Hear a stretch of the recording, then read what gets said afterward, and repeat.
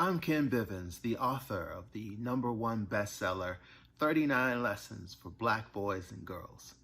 It's a part of the 39 Lesson series for children, which includes 39 lessons for boys, 39 lessons for girls, and 39 lessons for teens. This series is full of affirmations and lessons that promote self-esteem, excellent decision-making, education, and wisdom that can help contribute to building mentally and emotionally strong children. I wrote this series as a dad, an uncle, a godfather, and a mentor who loves to read and connect with people like you who love to read and learn about new things.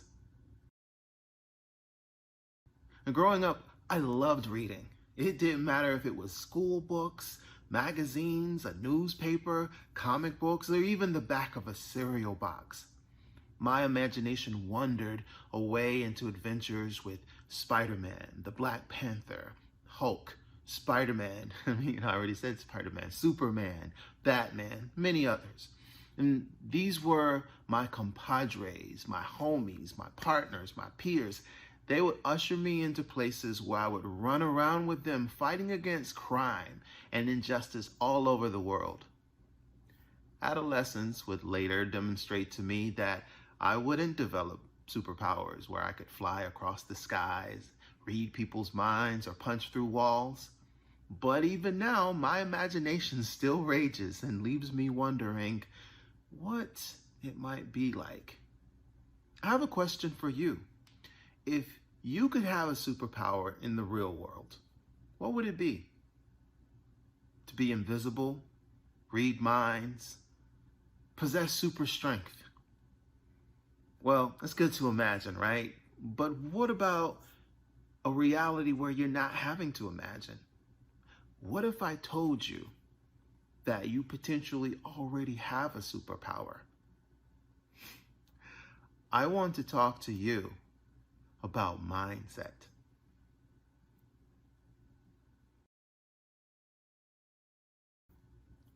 So, what is mindset? According to online dictionaries, mindset is a set of beliefs that shape how you make sense of the world and yourself. It influences how you think, feel, and behave in any given situation. So, what's so amazing about mindset? Why would that be considered a superpower? Well, because mindset is a foundational thing and it has a lot to do with how we think about ourselves and others. It can actually navigate what decisions we make and how we interact with other people. More importantly, it transforms how we think about ourselves.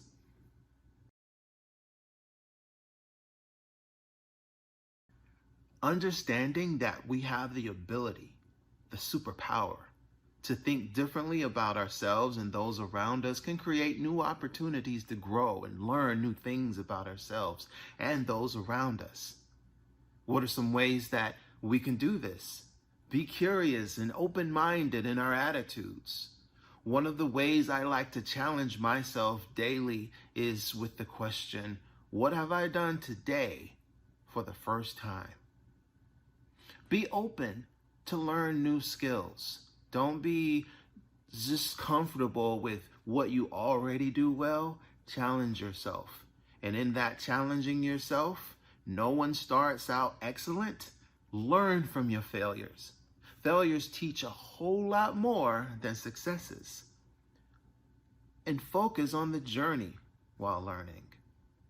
One of my favorite quotes of all time actually deals with mindset and attitude.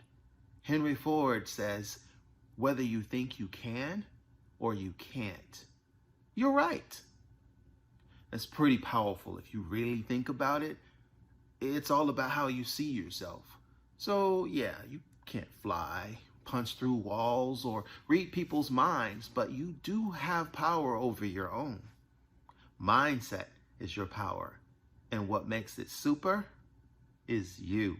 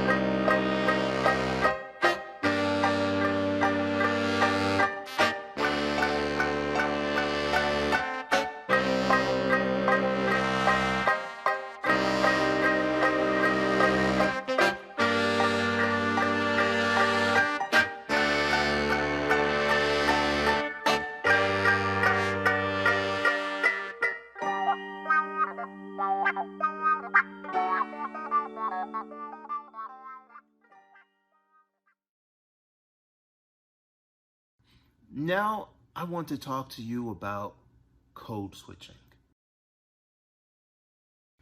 Code switching is the ability to modify one's language, dialects, styles, registers, and behavior to adapt to different cultural environments.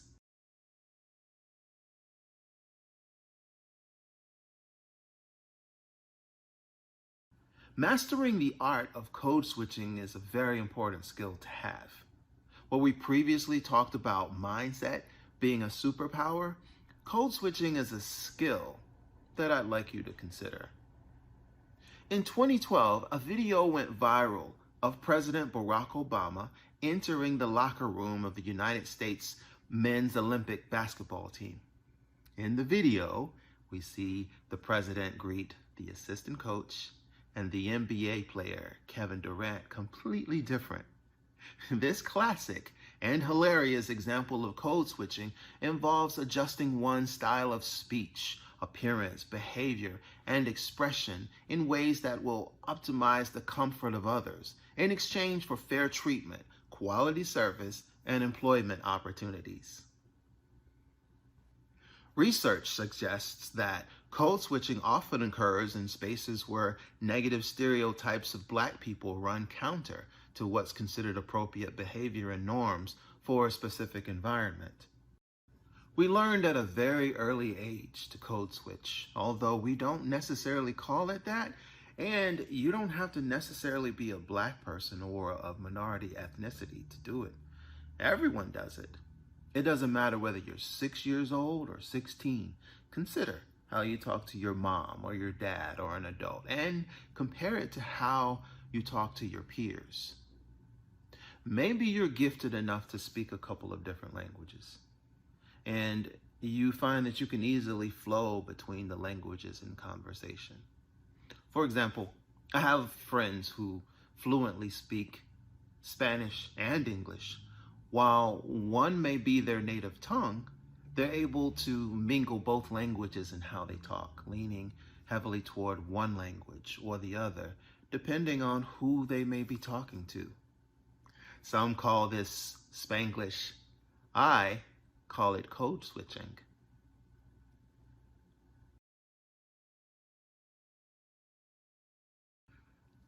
How do you master this art of code switching? There's no Rosetta Stone course for it, so how does this work? Well, actually, it's not as difficult as you might think. It really has to do with paying attention, reading about other cultures and their customs and practices, taking note of the people around you that are different than you and learning to celebrate those differences rather than being afraid or uncomfortable. We're different for the very reason that there are hundreds of thousands of species of birds. We don't all sing the same song and wear the same feathers, and there's no bird that's more important than the other. We just sound and look different, and our differences should be celebrated. At work, at school, and at environments outside of your home, pay attention to how people communicate. You're not going to talk to your boss, your teacher, or business associate the same way you would talk to your friends. A change of tone, volume, and even slangs could change depending on who you're communicating with. Be mindful of this.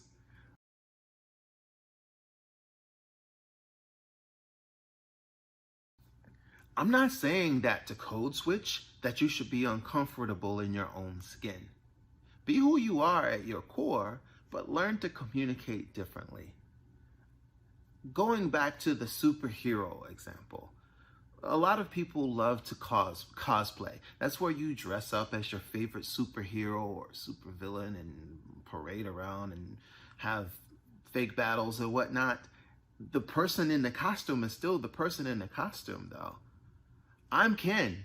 I'm going to be Kenn whether I'm talking to you, my friends, my coworkers, or the president. What may change is my tone, my inflections, my word choices. One more thing I want to add. Always make eye contact. That's one thing you should never change when you're code switching. Never lower your head or your countenance before anyone. Raise your head as if you were the sun. It's called code switching, not becoming someone else. I love the quote by Penny Reed where she says, "Do not set yourself on fire to keep others warm." Where that applies here is you matter. I'm glad we've had this talk. Please remember, you're not what you think, you're what you believe. I'm Kenn Bivins. Talk to you soon.